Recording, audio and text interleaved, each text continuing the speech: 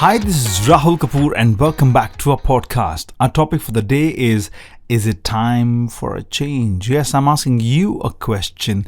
Is it time for a change? Well, if it is, then let me tell you, instead of changing others, change yourself and see how your relationships can really transform. Recently, I saw an advertisement which said, "We all change for our loved ones," and that really triggered off a series of thoughts in my mind about how a little change can make big difference in someone's life. We resist change if it is initiated by someone else. If change is forced upon us, then we rebel and make every attempt to prove that the change imposed will not work. However, if the idea of change is our own, then we jump into it with enthusiasm and make every attempt to make it work. Sounds funny, doesn't it? But that's the way it is. A lot has been spoken and written about change management at workplace, but we hardly talk about change required at home. My philosophy is that you cannot be happy at work if you're not happy at home. Therefore, I dedicate this podcast to all those people who have been victims of change rather than being its masters. A quick question before we take a plunge into the subject. How often do you take a relationship for granted? Think for a while and then go on to hear the rest of this podcast. A newly married couple has a great start to their relationship. They experience love, understanding, and tolerance for each other. There is a lot of excitement in the relationship as they discover each other. But the moment the discovery is over and they get to know each other's weaknesses and limitations, they begin to crib, complain, argue, and fight. While they point fingers at each other, they also advise and suggest, sermonize each other, and ask the other person to change. Frustration becomes the substance of life, and eventually they get used to that kind of life. Although there is expectation that someday things will change and nothing really happens. Why? Because one person feels that he or she is right and the other is wrong.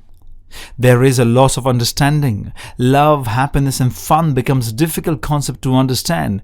This gives rise to stress, which eventually affects work and other relationships as well. In some cases, the exceeding levels of stress creates health problems affecting the person either physically or mentally. The net result is that a happy couple now begins to live like two individuals who have nothing in common. They stop living life and merely exist with each other like lifeless souls with no other hope. Why? Because neither of them want to change. They feel the fault lies with the other person. Now, for a few minutes, let's leave this case alone and think about how our lives have changed over the last 10 years. I'm sure each one of us have embraced change as a part of our normal life. We change as we grow and due to the changing circumstances around us. Our values and our goals change from time to time. Some changes make us smile, whereas some bring tears to our eyes. And yet we do not give up and we just keep moving on. But surprisingly, we do not acknowledge our efforts, and over the years that we have really made some changes to become who we are today. This happens because most of our development is made through the subconscious mind. Although subconsciously we would have displayed remarkable maturity in handling situations demanding change, we still struggle to accept and manage change consciously. Now that's the real problem. Now let's come back to the case of the couple we were discussing. Well, if both individuals realize that before I point a finger at my beloved, let me see what I can change about myself. Yeah, I'm just going to repeat that again. Before I point a finger at my beloved, let me see what I can change about myself. That's it. If you can make this sentence as a part of your thought process, then perhaps things would look very different.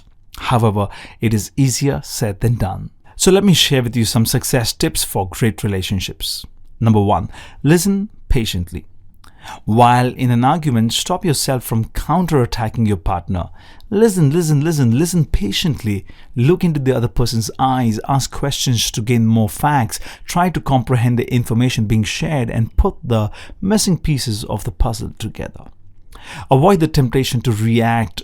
Rather, share your views in a rational manner without using emotions. You will be surprised to know that most of your problems will be sorted out just by patient, active listening. Yes, patient, active listening. Try it out.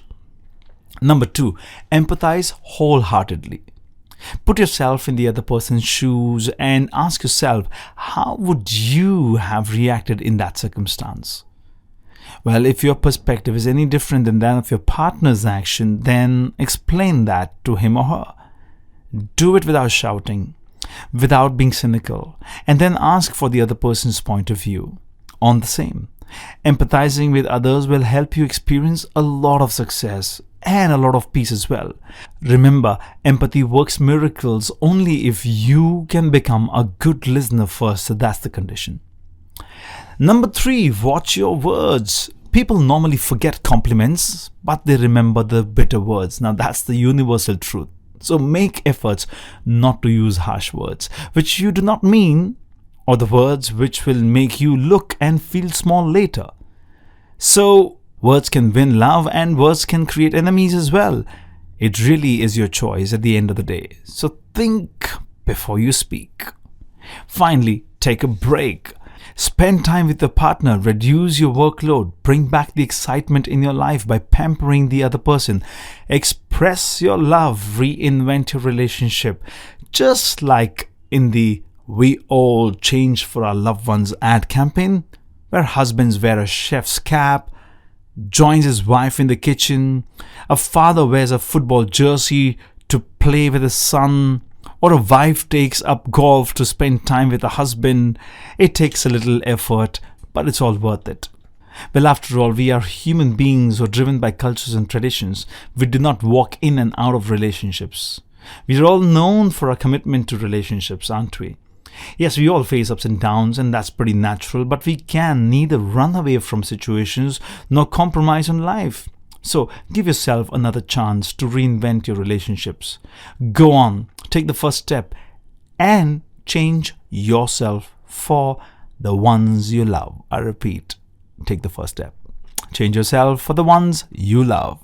This is Rahul Kapoor, and I'm hoping that you're enjoying this entire new series of podcasts on work-life balance, health, and relationships.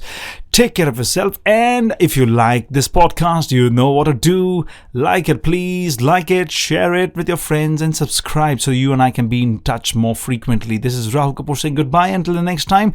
Please take good care of yourself.